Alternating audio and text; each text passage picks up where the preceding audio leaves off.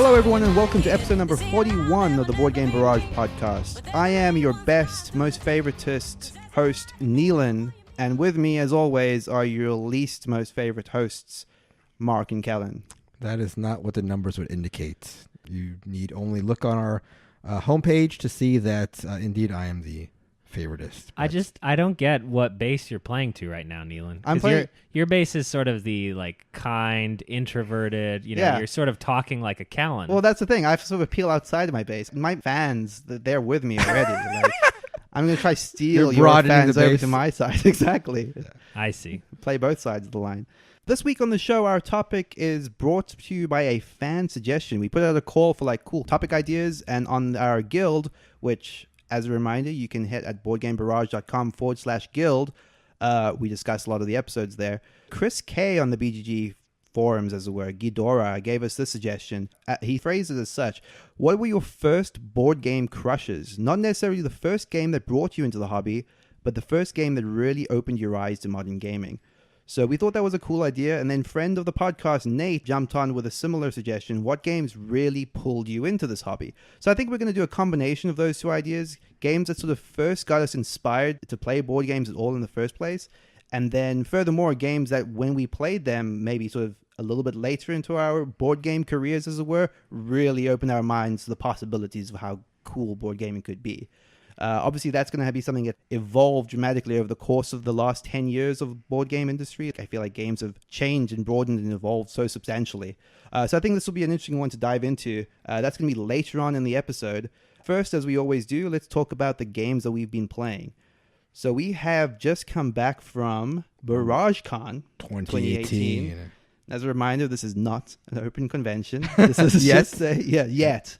Come back in 2019 for the first public opening of BarrageCon. We're a little concerned that there won't be a 2019 because we had a impromptu Survivor Big Bear edition. Yes. Oh, right.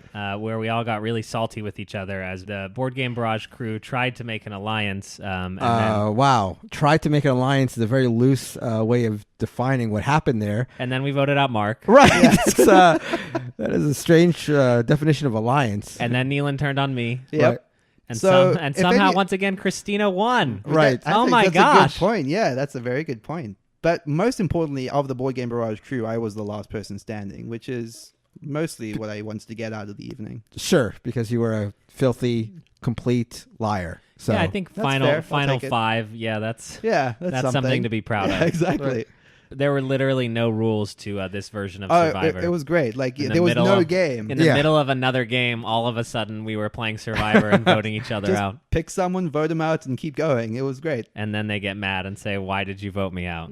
And actually, the funny thing is I almost recommend this as an activity in a big group. Oh, it's great. Because it's a game that's purely social and nothing else, and it was so much fun. But yeah, let's move on to the real games that we played. Mark, do you want to start us off? Sure. We got a chance to play the re-implementation of Keyflower, which is Key to the City London. This plays a lot like Keyflower. It takes out the movement aspect of Keyflower, where you have to move across the towns. In lieu of the movement, you're laying down these connectors on your octagon tiles, so you can lay up to 8 connectors that come in different colors, and those will allow you to upgrade your tiles if you meet a certain criteria. For example, you may have a tile that requires you to have laid down a black and a yellow connector on that tile, and that'll allow you to flip it over as you would in Keyflower. It is funny because that's a subtle distinction from just tile laying and the spatial aspect of making sure the roads connect, because you can do it more or less efficiently. There are tiles that for every black connector you had on it, you would score a point or 2 points.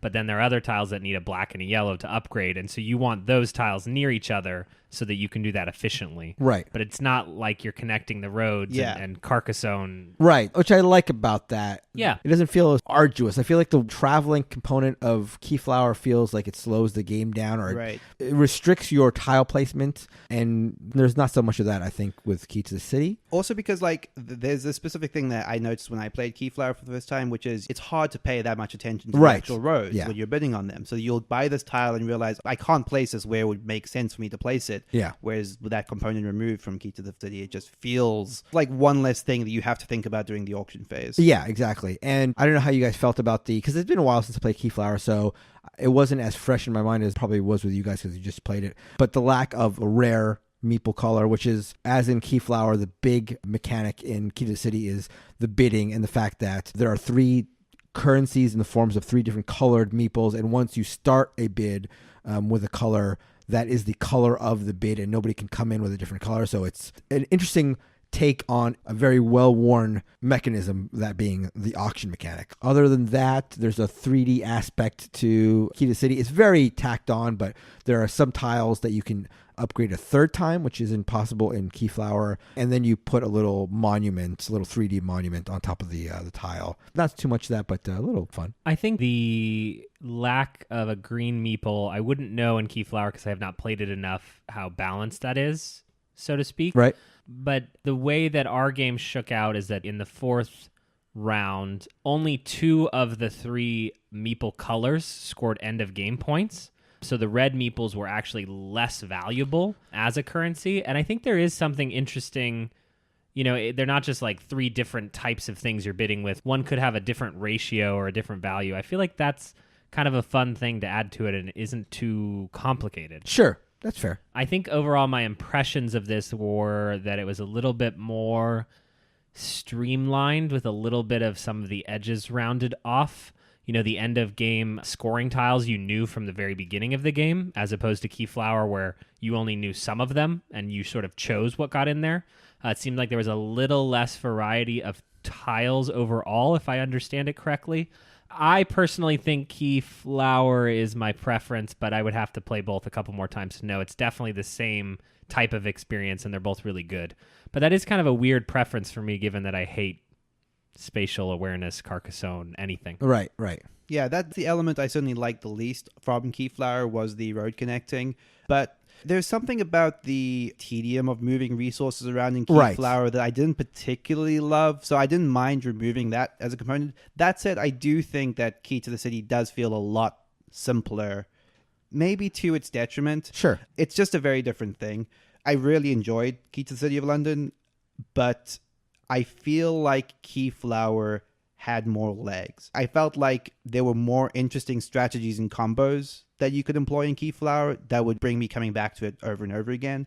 Whereas I felt like we had seen everything that Key to the City had to offer I could see that. one game. Sure. And that's not to say that's a bad thing. It's just, it's a simpler game by design. Yeah, there are definitely pros and cons. It does not feel to me like there's one is clearly a superior product than the other. And I'm with you, Neelan, about the fact that the moving the resources around was always one of the things I liked the least about Keyflower, and it's nice that those have been removed. But yeah, get a sense that we'd seen a lot of what Key to the City had to offer in our only play of it. There's something odd, you know, that when they're so similar, Key to the City London is much wider. Like literally the components have less color on them. And it made it just a little bit more drab for me compared to Keyflower. Right. And it's London themed, and who cares about London? I think that the thing Neelan does. Well, yeah. I think the thing I liked about Key to the City's look is that ostensibly what you're creating are like underground lines. Right. So you end up creating what looks from a distance like a subway map. Sure. Which is Yeah. is kind of a cool visual style, I thought, actually. It's funny because I knew they were subway lines, and now that you say that, that's kind of cool. Yeah. If you step back, it's just It kind of looks white like the the red, classic the red, and exactly, underground map. Exactly. So that was Key to City London. If you like Keyflower, certainly take a look at it. It may be doing some of the things that you hoped Keyflower did, or maybe removing some of the things that you didn't like about Keyflower, or you may realize that Keyflower is the game for you. That's Key to the City London. Cool. Another game that we got to try at Barrage Con is called Empires by WizKids. So this came out the same year as Sidereal Confluence, which is quite interesting from the same company. Empires is a 2 to 10 player trading and negotiating Euro game, a mild Euro game. Essentially, there are 3 rounds to the game. You're trying to sort of balance your kingdom. In the game, you represent a colonial European nation, So like Russia, France, Prussia, I think is there. Yep, Ottoman Empire. Among others. And each nation starts with a different set of resources. So you have some money, you have bonds, which are negative, and each nation has a special power, one special power that they can use once per round. There are 5 rounds in the game. You literally go through these phases quite quickly, which is for every negative bond you have to have a coin to pay for it, or you basically take a negative victory point. You have workers that need to be on different types of tiles that will produce goods. And then essentially you need to be in balance, but everyone is imbalanced. So what you have to do is sort of trade with other players to become in balance, to produce the things that you want to and not have revolt within your nation. From there, you go into a selling phase where you sell goods back to the bank, but the more goods that are sold, the less valuable they are. So you're literally looking around the table hoping that France doesn't sell all of their goods, because if they do, they will literally all be worth 0 points. More often than not, that's exactly what happened to us. All of our goods were worthless. Then in the third phase, you are using the money that you sold the goods for to hire armies to win wars that give you more resources for the next round. That's literally it. So you might be bidding on getting 2 new workers and 1 bond that you don't want, but it comes with 5 coins. So it's this strange balance trading. I'm really struggling to describe it. It's sort of a mini sidereal confluence. I think that's overselling it. This is much simpler. But what was really neat about it is that we played a 5-player game that couldn't have taken more than 90 minutes. And it still felt like it had some depth to it. It was cool. It was interesting. What did you guys think of this? Yeah, I feel like that is a very apt description of it. It felt like a simplified, I guess simplification is sort of like the theme that we're going for so far in games we played. But it does feel like a very simplified sidereal confluence. But you're right. The fact that we played it 5 players, and including the teach, it must have been under 90 minutes. And I feel like a second play would go much faster. But yeah, it did seem like it had some depth to it. Like the negotiation, like Sidereal Confluence, seems like it's a situation where it's mutually beneficial. Like a problem with negotiation games sometimes is like you feel like the best action to do is often not to trade, which is bad because you want a trading game to encourage trading. And this one does, which is nice. It encourages table talking, which is like makes for a fun dynamic when you're reaching over and say, hey, will you trade me a territory for a gold? And, and people are like counter offering. So it's cool. It's like a nice, lightweight negotiation game that you said 2 to 10. I can't imagine. I don't know what the game would look like with 2 or 3. Oh, or yeah. 4. It would It'd be terrible. Silly. Yeah. But I can see it working well with 10. It's maybe a little unwieldy, but it's light enough and quick enough that I don't think it'd be too bogged down. I think the thing I really liked about it is every nation sort of has these very unique starting conditions, which very quickly off the bat establishes, okay, I'm the nation with a lot of territory, but maybe not enough workers. So you look around the table, you see who has workers to spare, and it's very clear what you need to trade for in order to, like you were saying, balance your tableau. And it's a little bit more sort of grease to the wheel of trading where you sort of know right off the bat what you need, and it's easy to see who you can get it from because there aren't that many resources. There's 4 different types of components in this game, and it's very easy to see what a like-for-like trade is because they're of roughly equal value depending on things. Like, okay, I'll give you a bond, which is a negative, and a worker, or I'll give you a worker for a territory. But even with that very extreme simplicity, it feels fun to make those trades because they're mutually beneficial to some extent, but you also can tell whether it's going to be benefiting you more based on how balanced your tableau is versus the other player. And then the way that the war round plays out is just this very elegant bidding component based on the money you have. The joy of this, like with Sidereal Confluence, is that it plays mostly simultaneously, so it's just very fast moving, like there's very little downtime. It's something that as soon as we'd finished it, I wanted to see how it would work with 9 people. We didn't get that chance, unfortunately, but I would still love to try it. I do think you identified one of the biggest differences. In Sidereal, there's 12 resources, and it feels really, there's small ones and big ones and 4 different colors of this and that. And Empires, there's literally 3 or 4 resources, and it almost is like, this is it? Yeah. Like once you got through the rules, you're like, what? Wait a minute. Yeah, are we missing something? What did we miss? And then you play through a phase, and you're like, oh, this makes sense. Mm-hmm. And then, it was over before we were really into it. Yeah. One of the things that scares me in equal measure is exactly that, is The remark I made was when we came away from it, that I wasn't convinced that it was going to hold up to as many repeated plays as a game of Sidereal Confidence would. Absolutely. I don't know that for a fact, obviously having only played it once, but that was my suspicion. I want to evangelize a game like this, but I need to play it more just on the sheer fact that it's, a 5 to 10 player, super, super light party economic. It's an underserved area. I'm the ideal target because I don't want to play 18xx games all the time, but I also don't want to play, code names every night. And this straddles a really good line of being something that a group of gamers can play when they don't want to get too heavy. That's exactly it. If you want to play Sidereal Confluence, I feel like you have to get the people who are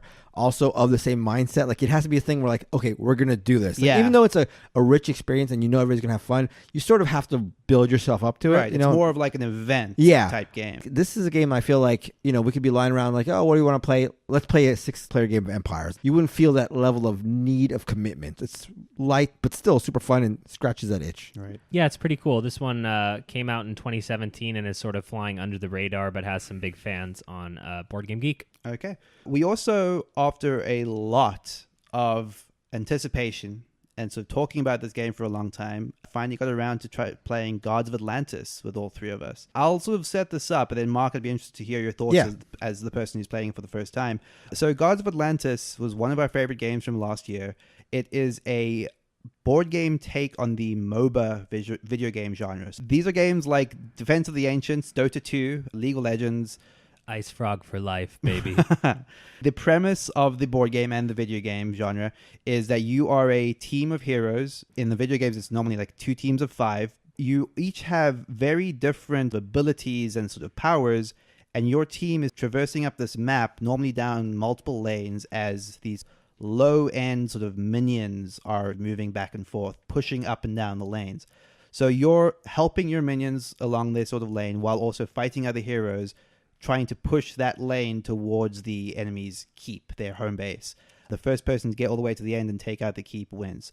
This is transcribed pretty well in Guards of Atlantis, except that the minions don't have a combat component to them. They're more about spatial positioning and getting to the position where you can kill multiple of them so that you push the lane by taking them all out. I think if none of this makes sense to you, because a lot of that is video game gobbledygook, imagine a dungeon crawler-like game, or even Gloomhaven, where you control one character, but you're playing a game that's 3 versus 3 or 4 versus 4, and you're both trying to push to the other side of the map. Right. So you're head-to-head, and there are monsters fighting on both of your sides. And so you're trying to kill the other team, you're trying to kill their monsters, and that's going to help you level up and sort of overtake this balance. So it's this fun push back and forth. And what makes Guards of Atlantis so unique is that you could play it 2v2 or 3v3 or 4v4 or 5v5, I presume. We have not done that. Yeah, no, but it does go up to 5v5. But that feels so interesting and an underserved space, which is, let's get 6 of us and have 3 of you sit over here and 3 of you sit over there. And that battle of wills is not represented in board gaming extremely well. Yeah, team versus team games are some of my favorites, and there definitely aren't that many really, really good ones.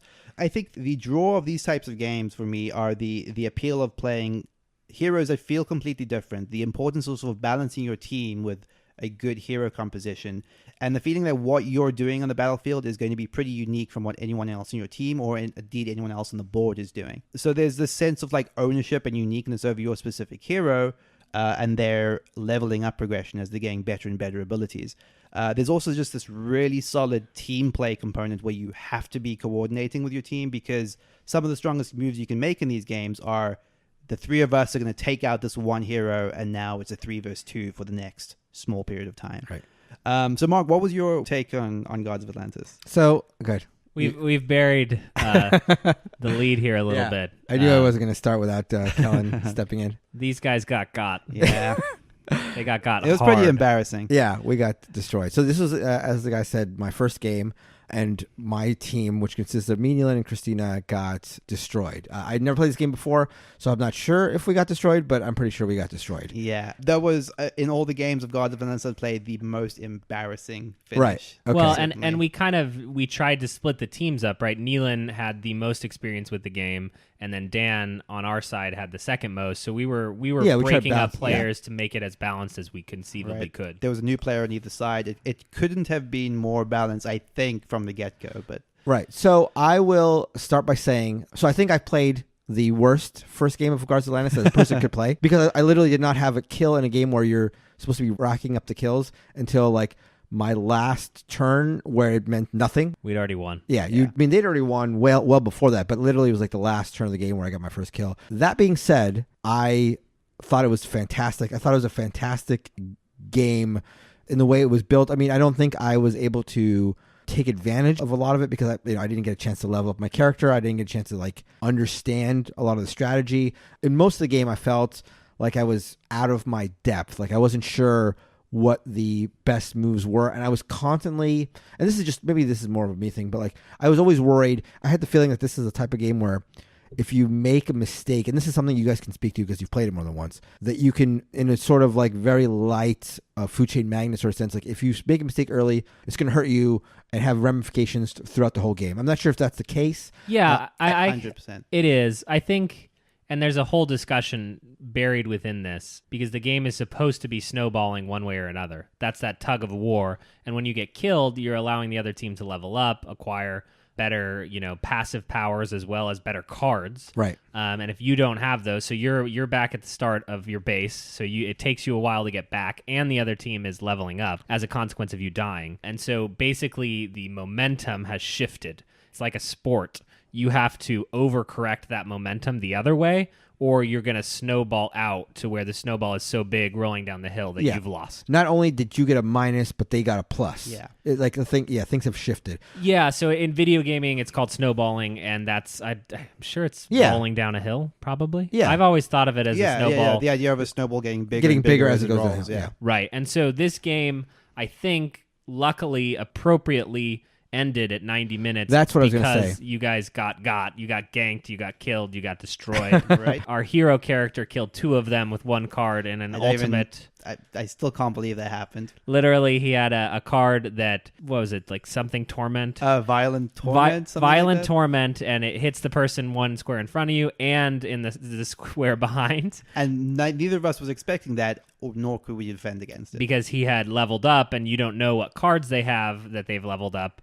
And just in one hit killed both of them, and it was sort of this amazing moment where we were there was a lot of screaming. I love the main mechanic where you have 5 cards. Every round is 4 turns, and you have 5 cards in hand, and you're selecting one card. Everybody's putting it face down, and everybody's revealing it, and based on the initiative number, the players are acting. This is a game where I feel like if you had more options, you'd have the AP situation, and here you only have 5 cards. It's very clear what you're going to do, and then as the round progresses, you have even less and less cards, so there's not a lot of time being spent like fretting over what the ideal move is, because you only have a couple to choose from.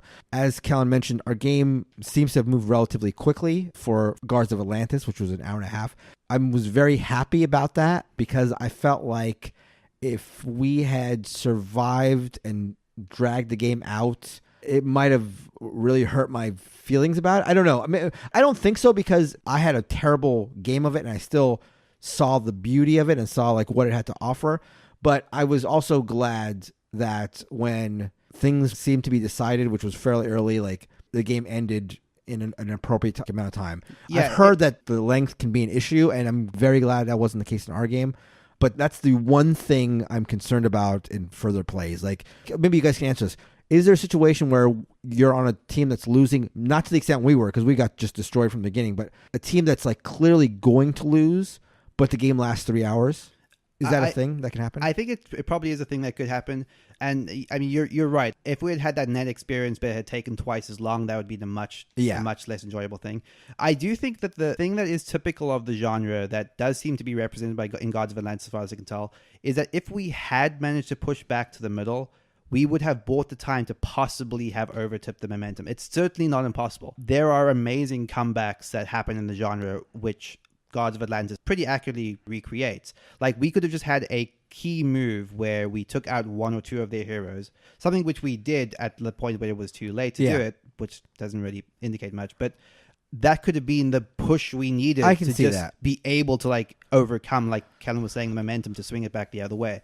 So that game could have easily, under slightly different circumstances, gone on twice as long with us winning. Right. Probably not, because that's not how. But it's a possibility. But it's a possibility, yeah.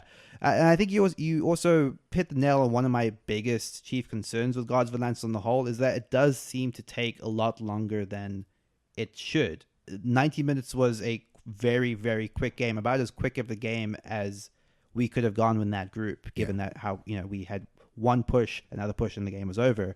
Typically, it goes back and forth a lot more times than that. That's been something we've been trying to figure out how to address and haven't quite got to. One of the themes of BarageCon was there's a lot of talk about adding timers to games. We're talking about, like, what about putting a time clock? And I feel like maybe putting a clock on Guards of Atlantis would help it, because, you're trying to evoke that whole video game quick action thing. So maybe putting a 30-second clock per turn where you can't confer with your teammates that much, and if you do, it has to be in the open, would speed things up. I mean, again, I've only played it once, so I'm the least qualified to speak about it, but it just feels like such a cool game that I'm scared that I'm not going to want to play it if it starts becoming clear to me that it drags on too much. Yeah. Like, I want to like this game a lot. I think that the timer would be a hard thing to do for anyone's first game of it. Yeah. Because there's obviously a lot. There's a lot to take in that game. But I do think that if we were to get the same people playing it a second time round, then a 30-second timer, like you say, might be the way to go. Yeah. I do think that the comparison to sports and perhaps football is most apt, Mark, because you can clearly know when a team in football is losing. And they need turnovers to make things happen, to swing that momentum. And so those are the big plays. I think what Guards of Atlantis is good at is delivering these like big moments where something crazy happens. Like, well, you guys were losing, but then I accidentally misstepped and you ganked me. Right. And, in this game, it was that double kill that we got early on. And then I upgraded and had this special power that had the minions push and push. So these guys were all dead, and I just kept hitting this button that said minions push, push.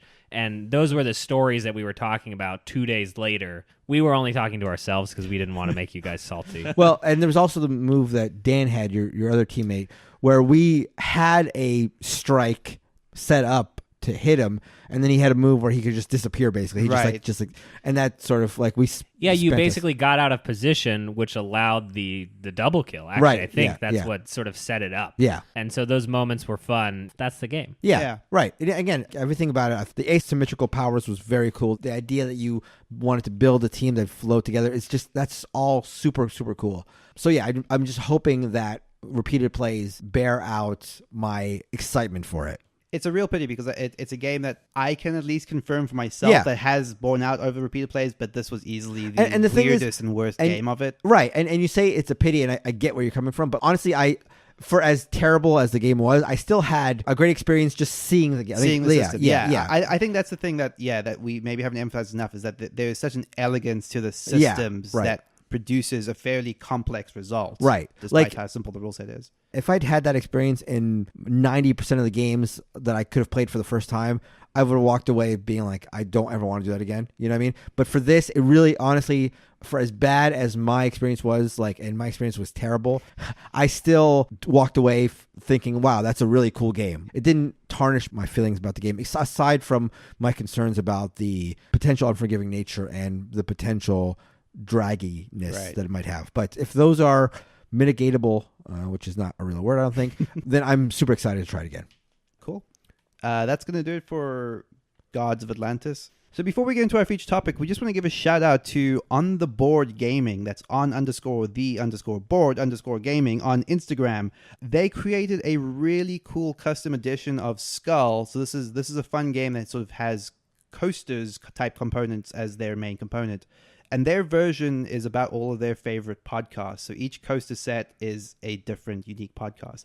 And Board Game Barrage is proudly represented in their collection. Awesome. It's so cool and flattering to see. Like, the photo that they have on Instagram is us next to Shut Up and Sit Down, which is fantastic company to be in.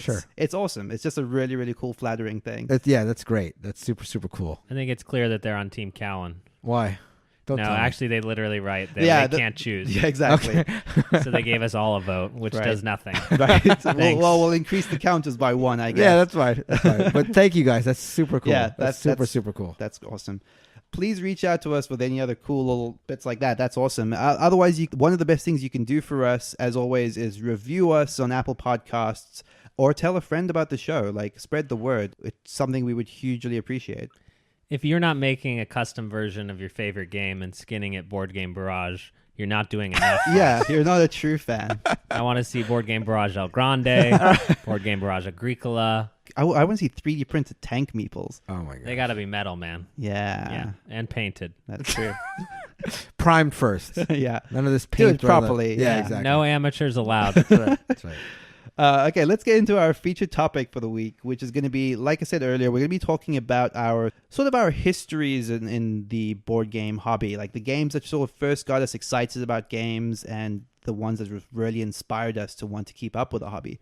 I think the way I sort of want to break this down is, I think the first thing that's going to be worth talking about is sort of like establishing like a very early like prehistory. Like, let's go like way back. What Okay. were your first, and not necessarily like the games you grew up playing as a kid, but Right. the first early board game that excited you. Okay, well, And I for want. Mark, this is like pre-TV Okay. Yeah, and this is, internet. yeah, right? exactly. Was the move to like stone technology right. exciting? When Mark? we got to fire and we could play at Yeah. night, that was huge. That was game breaking. My very first game memory is from the first grade.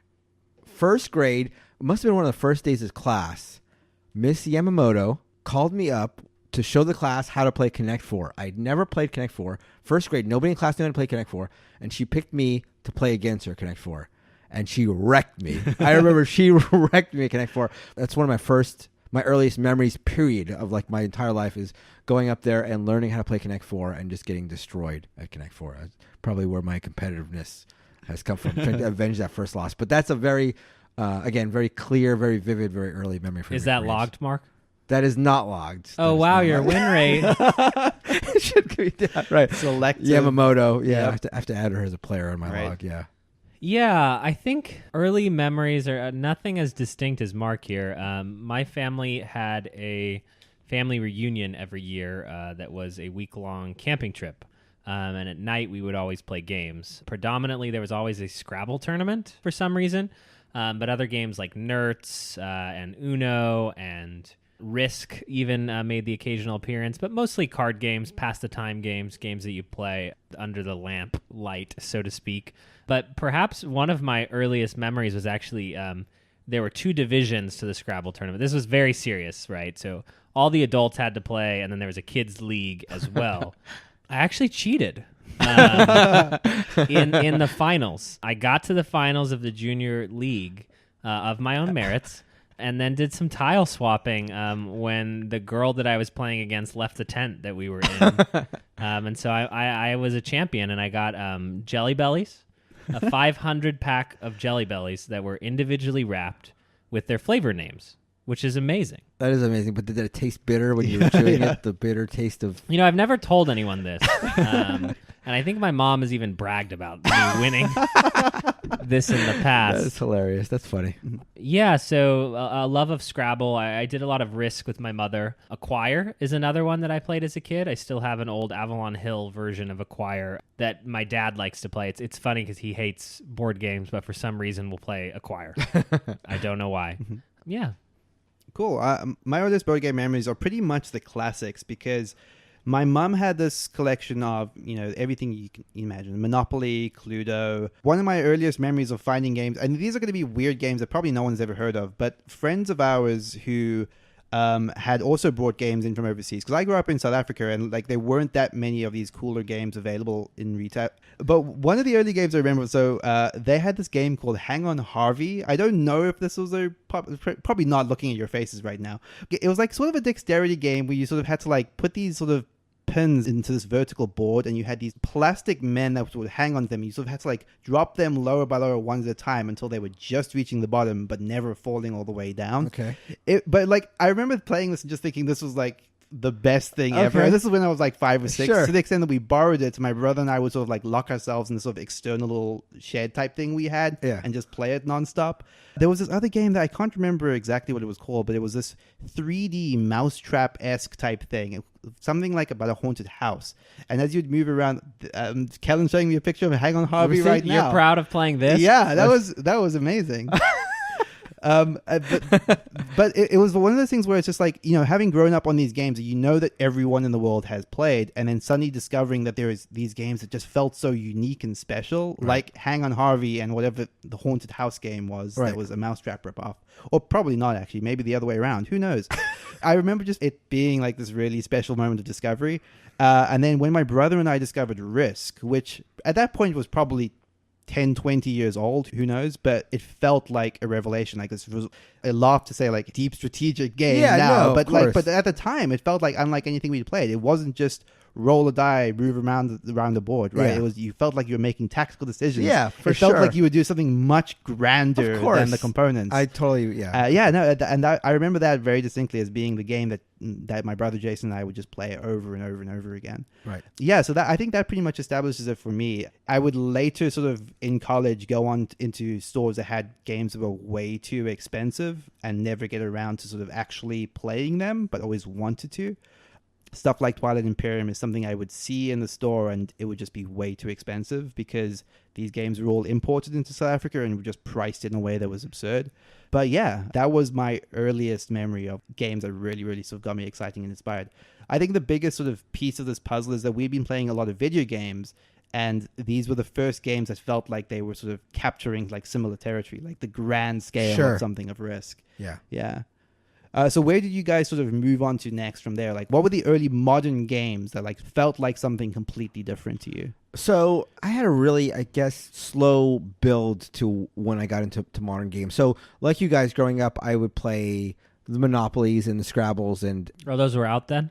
Those, prototypes. I mean, we played it with like rocks, and it was called the Ooga Booga, not stupid. Ugtech? But... So yeah, I played a lot of those games growing up. It was just something we did. Like, I played a lot of video games back in the Nintendo days, classic NES. How did you play video games without television? That's right. Without electricity, you mean, right? I thought it was like... Got it, yeah. I like how this joke applies equally to me and Mark, despite having vastly different upbringings. Oh, right. It's like just anyone else. Oh, but me? No. I mean, like the idea that you're just using the same joke for South Africa. For me being old and him being exactly. Oh, you being old and you being South Africa. not from America. Yeah, right, exactly. Yeah. It applies both ways.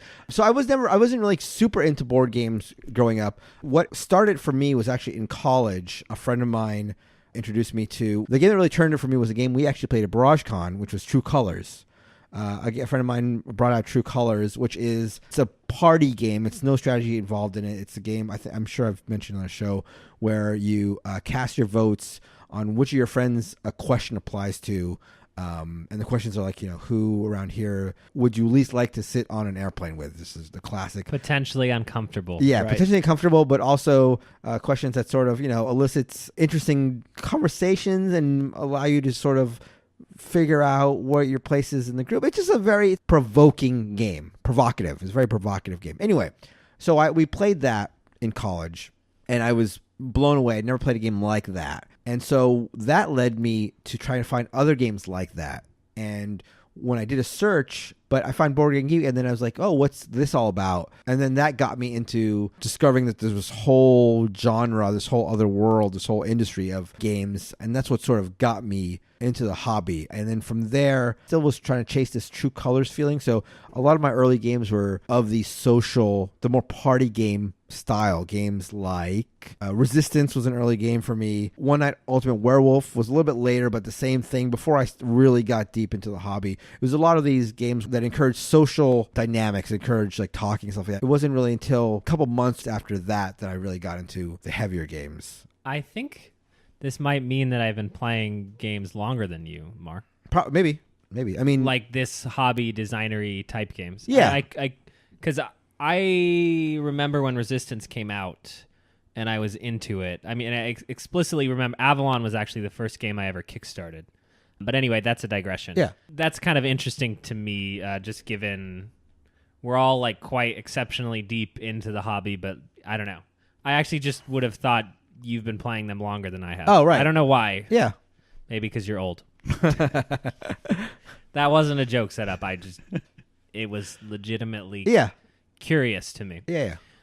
So for me, Settlers of Catan was definitely played in high school a little bit, but there wasn't some huge love. I remember playing it at this family reunion I was talking about. There was a period of my life where I was not in college and not working either, about 6 months where I was sort of just hanging out at home with my brother and sister, and we got really, really deep into Dominion. So this is Dominion before there were any expansions for Dominion, because I remember when Intrigue and Seaside came out and there was just a ton of love. Dominion is a deck builder, but it sort of invented that genre. I must have found it on either Dig or BoardGameGeek, but I don't know what would have led me to BoardGameGeek at the time, to be honest. Dig is a social platform that predates Reddit and is sort of the OG until they screwed everything up and then got taken over by Reddit. But Dominion for me was a game that was so intriguing because of how much variety there was in it. You know, because you're choosing 10 of 25 kingdom cards.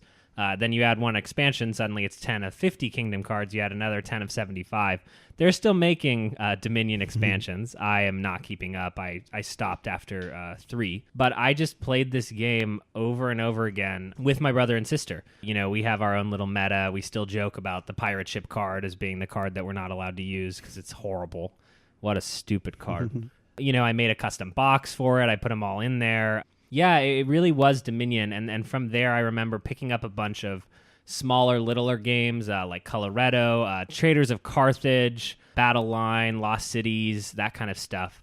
But then when I was back and fully in college, got into games like Cosmic Encounter and Wiz War, and these sort of highly social and Resistance. I mean, we played Resistance constantly.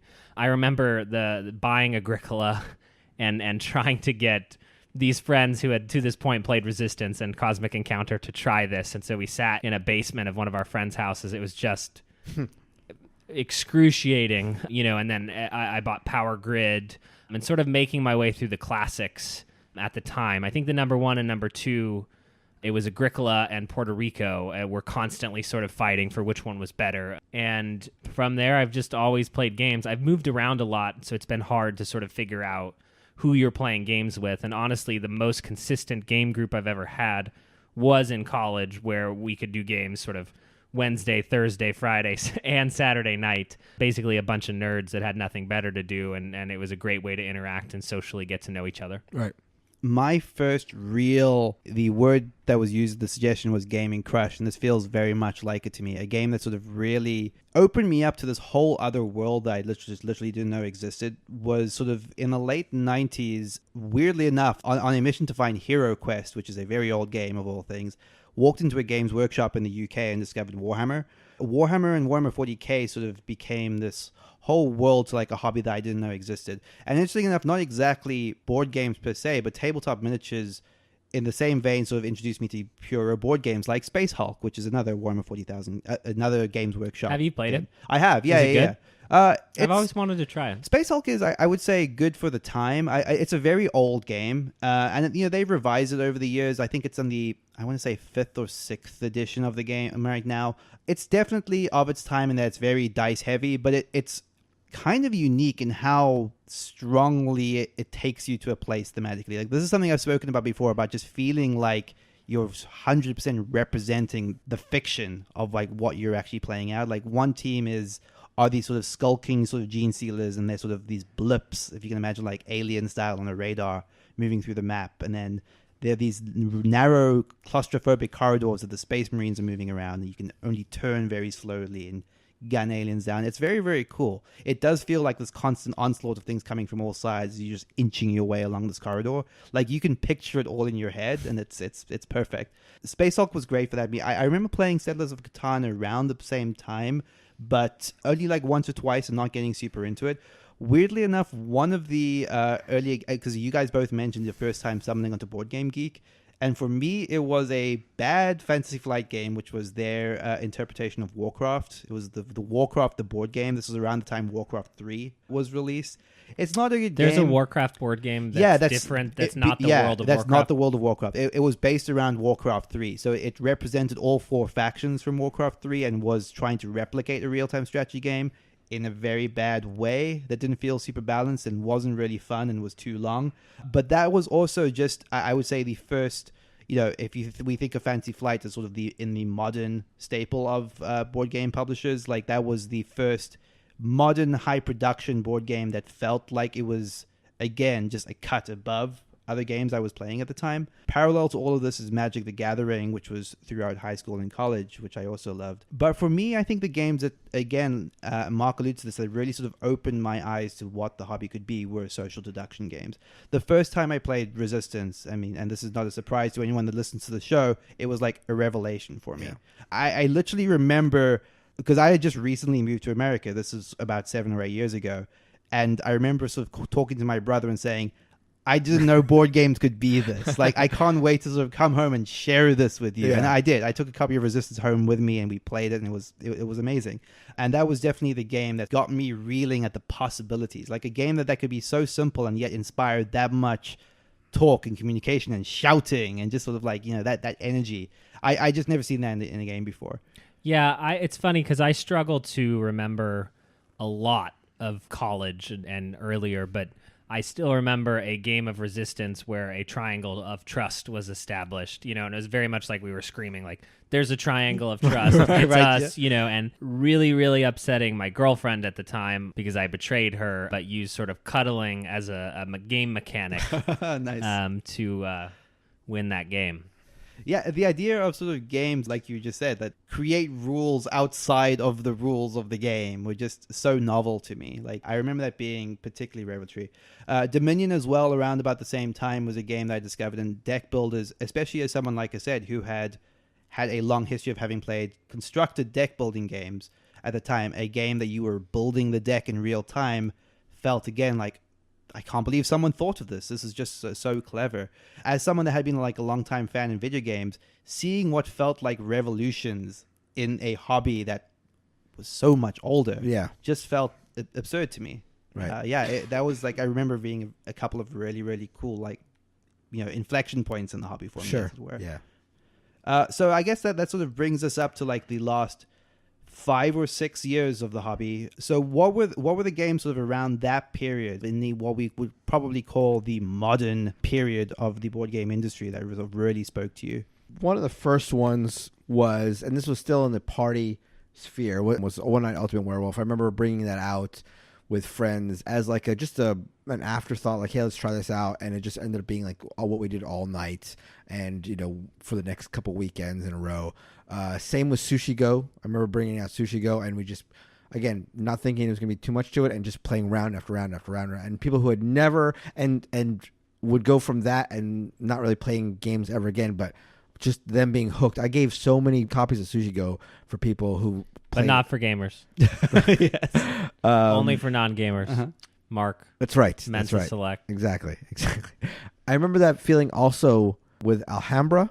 I remember Alhambra, that was one of the first Euro-y sort of games I played, and just loving the buying mechanic and the tile laying. It just, everything seemed to fit really, really well. It was a game I could teach people in no time, and everybody who played it just loved the novelty of it. I feel like by that time I was already into the hobby, but I remember Alhambra being a game where when I taught it to people, for some people, I just saw like a twinkle in their eye, like, wow, this is like something. This is like a whole new thing. Again, it's a game that I don't really play ever nowadays, but there was just something about teaching Alhambra to people. I want to interject briefly because I have 3 games on my list, and Alhambra is one of them. Oh, like, really? Absolutely. Interesting. Okay, yeah, I can't wait to hear about it. I mean, I don't have much more to say because I think you're like nailing what I liked about it. But funnily enough, that was one of the 3 games that really sort of excited me about modern board games, modern Euro games. Right. And then the last one is, and I mean, people are sick of me talking about this, but Biblios. I remember I had Biblios on the shelf for like a year in shrink, and I was packing games for a game night, and I decided to might as well just try this. And I had a bunch of games, and I was going to a game night with friends who were interested in playing games. So I brought a bunch of games with the intention of playing all of them, and everybody was interested. And first thing was let's warm up with this game, Biblios. I know the rules. Let's try it out. And we spent the entire night just playing it. It was a very vivid memory to me. We played it, and then we just looked at each other and okay, let's play it again. And let's play it again. And let's play it again. We just kept running through it. And again, that's one of the earliest moments where a game just really, again, I was already into games at that point, but it just, the simplicity and all it had to offer, I remember that really hooking me and hooking these people I was with. So I think those are the games that really worked for me early on. It's hard to sort of define eras like this for me because I was playing games sort of from Dominion till now. But I do think there is something interesting about Cosmic Encounter as my sort of de facto number one game.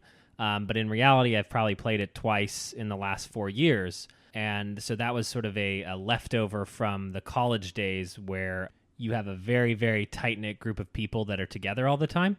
And that's actually also my preferred group for Resistance.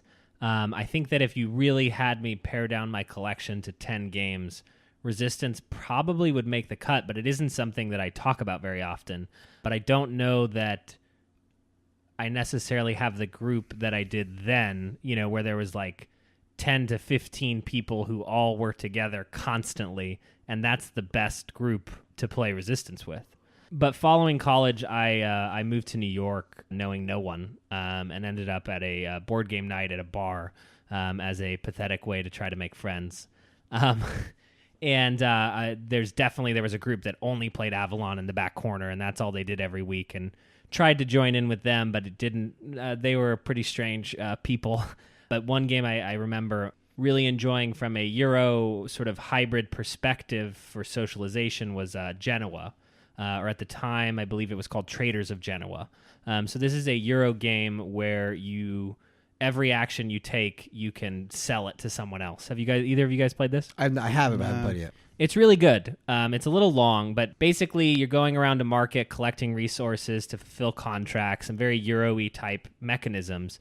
But every move you make, you negotiate for. So you can say, I'll pay you 1 coin if you go get the saffron and then give it to me. So you're moving through this market, and everything you're taking, everyone wants to sort of talk about it.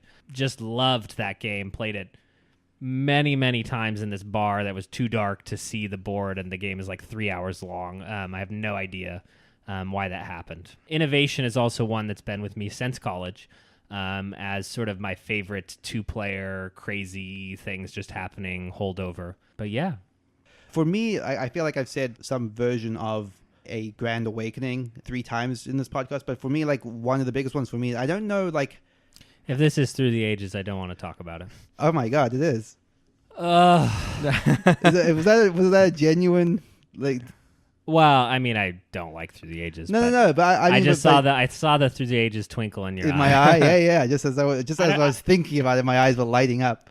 I don't know how the timing of the introduction of Euro games to America makes sense. I mean, I don't know if that was a thing. Did that come at a certain time? Because I feel like those two communities were probably pretty separate at some point. I mean, I think Settlers is largely probably the large thing yeah. at the beginning of it. Okay. But and for then me, Carcassonne. Okay. So those definitely predate these games that I'm going to be mentioning. But for me, the games that sort of opened my eyes to sort of Euro games as a thing, because I think it's fair to say that even when I was in South Africa, the only games I was aware of were more Ameritrashy games, Twilight Imperium. There was sort of the Fantasy Flight games that sort of were licensed were the ones that generally made it over. Settlers, definitely I remember people playing, but I didn't get that into. But for me, Alhambra was one of the early games that also just spoke to a very different type of mechanics and systems that were sort of less about, strong, bashy fighting interaction and more just about puzzle element, that typifies Euro games. Mark covered Alhambra pretty well, but Taj Mahal, a Rana Knizia game, which I love, and actually very timely right now, since it's just being reprinted. That was another game that sort of also just felt so unique and so clever in sort of its simplicity. As Kellen already spoiled, Through the Ages was the game for me. I think the reasons for this are, to some extent, pretty simple. It's very much Vlad Khatil's take on Civilization, the video game, which was a video game I love and is very strongly sort of adapted into board game form and through the ages. It's such a unique game at representing really complex systems. I hesitate to say elegant because I think anyone that's played through the ages knows that's extremely fiddly. There's a lot of sort of moving pieces that the game sort of is almost working against to sort of try to like replicate. These tokens over here represent your income, and then if they're over here they represent workers, and there's just something sort of cumbersome about it. But what it does is it does represent these really, really complex systems in a way that I didn't know a board game could do. Suddenly you have your happiness, your wealth, your income, your tax rate, as it were, all represented just by components on your board. And then the base mechanic of just these cards that filter through, your timeline of upgraded sort of leaders and sort of systems and governments, all through a relatively straightforward. Okay, not straightforward. I was going to chime in, and so you've already made the joke for me that somehow you're trying to describe this as elegant. Which is like hysterical. It's funny to me because there's no part of me that would actually. I mean, elegant. That's not the right word at all. But it's still impressive how much through the ages sort of captures. Comprehensive. How comprehensive it is, despite being boards and pieces. Like, just because we can do a thing doesn't mean we must. Doesn't mean we should. Speaking of games, I was excited to take home to my brother. I mean, we grew up playing Civilization on the computer, so the idea that this would be a board game that the two of us could sit down for like 2-3 hours and feel like we were sort of 5 or 6. Yeah, fair enough. Building these sort of these civilizations together was really, really exciting to me, and just again like this really eye-opening sort of idea that these sort of really heavy, intense, detailed board games could exist. And yeah, I loved it. Just from a year perspective, I just did a little digging. Settlers of Catan came out in 1995. Oh, wow. And culturally, they said that it's sort of, there was a tipping point around 2008 where it went from, something that was going to be a household name in sort of 5 years from 2008. Mm-hmm. So that's kind of interesting from a long tail perspective because games come out now and are forgotten about 2 years later. Yeah. But this is sort of the slow build. I was getting confused on these timelines because it was like, it's crazy that the game was out for over 10 years before it was popular. Yeah. That is interesting. And that sort of truck with my memory of when I remember hearing about Catan was like towards the end of the 2000s. Interesting. I'm sure there's some cool stuff. I'd enjoy watching. There's it's not a documentary about Settlers of Catan. It's a documentary about the early days of the golden age of board games. It mentions Kark. Well, it actually focused on 2 games, Settlers of Catan, and they were talking about how it was a game where because the internet wasn't as popular as it is now, and BoardGameGeek was only in its infancy. Actually, I think BoardGameGeek might have been one of the reasons it was even built was because somebody was doing a search for games like Settlers of Catan. I think this is mentioned in the documentary, and you couldn't find an easy way to find it. They started building BoardGameGeek. But part of the documentary, they're talking about how, it was this game where it was like spoken in hushed tones, like, hey, have you heard of Settlers of Catan? And like you'd have to get a copy from Germany and, find a somehow translated version or have a friend who spoke German and translated the rules for you. So that was a very interesting part. And then also the documentary was talking about the first edition of Dominion and how that was like revolutionary. The designer, Donald Vaccarino, brought a copy to some early Gen Con, and the word of it just spread like wildfire. And the guy who ran Rio Grande was interviewed in the documentary, and he's talking about how he saw a bunch of game prototypes and just, like none of them were remarkable. And then he remembers getting the pitch for Dominion, and it just like blowing his mind, and how Vaccarino ended up winning the Spiel des Jahres that year. It's just a really interesting look into the early years of this golden age, as it were, of board games. You said it's called Pushing Cardboard? I'm pretty sure the movie's called Going Cardboard. In case anybody's looking for it, it's called Going Cardboard. Yeah. I think that's going to wrap up our talk of our board game early crushes, as it were. Oh, that's what that was? Yeah. Oh, I was just using that to establish that I played games longer than Yeah, I realized the whole episode was just a setup to like establish your dominance and how long you've been doing this. There is some credibility that you guys now lack that I hope the listeners can sort of understand. I've been around the longest despite being the youngest and the only non-Mensa member of the podcast. Though I have been looking into what it will take to become qualified. Yeah, this is how little you care about being Mensa that you've enthusiastically researched this. I just thought it'd be funny to show up one time and be like, boom, here's my card. But then I'm like, funny. that is a lot of work for Just the for one gag. joke. Right. Please write into us and send us your early board game crushes. You can reach us at boardgamebarrage@gmail.com, or you can reach us on the Guild on BoardGameGeek. That's boardgamebarrage.com/guild. Otherwise, please visit our social media. We're on Facebook, we're on Instagram, we're on Twitter. Just search for us there. And that's going to do it for the show. Thank you all so much for listening. Check out our Instagram and check out this reskinned version of Skull that On the Board Gaming did. It's really, really cool. It's a really nice copy. But otherwise, that's going to do it for the show. Thank you all so much for listening. Thank you, as always, to Heart Society for our intro and outro music, What's in Your Mind, Kid. You can check them out at heartsocietymusic.com. See ya. Bye. Bye.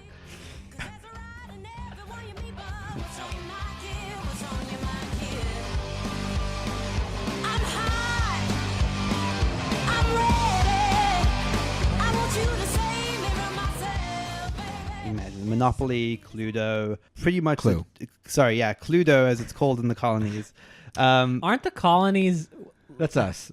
Yeah, we're the sorry, colonies. never mind. I didn't was say the making Commonwealth. that, but you're making I the joke that I didn't say the made. Commonwealth. But it was wrong, right? Yeah, no, the colonies is here. So we're the colonies. You are a You're colonist. the colonies, yes. Why? Let's not call me the colonist.